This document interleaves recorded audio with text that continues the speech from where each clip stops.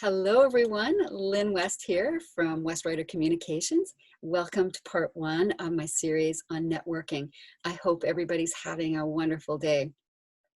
I was out with a client earlier this week who was absolutely shocked when I told him that 85%, and we're talking pre-COVID statistics, 85% of jobs are filled through referrals. In other words, through networking. Networking used to be as simple as taking somebody out for a coffee or attending a job fair, that sort of thing. But since the pandemic hit, those kind of activities just aren't feasible anymore. But with those kind of statistics, 85%, that means that networking is still a vital part of your job search. There's no other way to say it. You simply have to do it. Now, you might be saying, oh my gosh, even before the virus, I wasn't a great networker. Now, where do I even begin? Let's take a second or two just to talk about the spirit of networking. A lot of people, especially who have never done it before, feel a little bit shy. They feel like they may be interpreted as being overly forward or that they're bothering somebody who may be too busy to talk to them. In business, you have to know that networking is not only acceptable, but it's actually expected. It's also a skill that you can learn. You should never, ever hesitate to leverage the expertise and the knowledge and also the generosity of your network. And whether it's online or offline, pre-COVID, post-COVID, the principles of networking are pretty much the same. You need to be authentic, you need to be respectable, and you need to show your worth. You can't be transactional. It's not about that. It's about long-term trusting relationships. I read a quote the other day, which I thought was great. It's by an author and a thought leader. His name is Ken Ferrazzi. And it said, the currency of real networking is not greed, but generosity. And it's so true. It's all about give and take. It's also the key to unlocking a wealth of opportunities.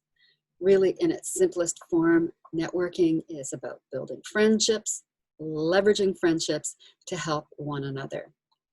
Now, you may be wondering, who do I contact? How do I even start? Especially in a pandemic, how? Well, you start with the same way that you probably did before the pandemic hit. You start with a list of 50 people minimum, 50. Now, if you think of a circle, right? In the very center of it is the core, and those are the people that you are strongly tied to. These could be your family, your friends, people that you've worked with closely.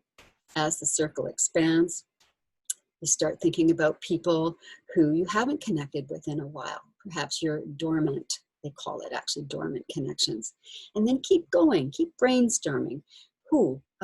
Your previous managers, teachers, alumni, former customers. Just keep brainstorming, and I'm sure that once you get going, you'll find that the ideas just keep coming. Now, once you've got a fairly good list, start reaching out. You want to start with your strongest ties first and let them know that you are seeking opportunities. Be specific as well about what it is that you're looking for. As that circle expands, start using other means to reach out. Platforms like Zoom, Skype, WhatsApp, they are great for reconnecting. Plus, they also offer those visual cues that are so important when you're getting to know somebody or getting to know somebody again. Now, outside of that sphere, you're going to start using LinkedIn. This is where you're going to start highlighting your value and where you're going to be meeting new friends. Why LinkedIn? Hands down, it is the most powerful business platform on the planet.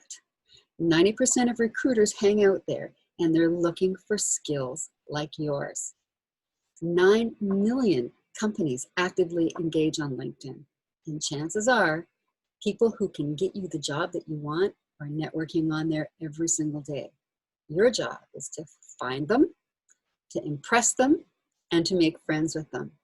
And in my next video, I actually show you how to do that. But in the meantime, you want to make sure your LinkedIn profile's in top shape, and always check out my blogs for tips on how to do that. And once it's looking good, that's when you're ready to start making friends. It might not be your neighborhood coffee shop, but how good does a LinkedIn latte sound? Neat, sounds pretty good. Well, I hope that you found this video helpful. If you did, please make sure you give me a like below. You can always check out my blog, like I said, at westrider.today, and or drop me a line at westrider.today@gmail.com. All right, everybody. Cheers. Happy LinkedIn latte. And have a great rest of the day. Thank you.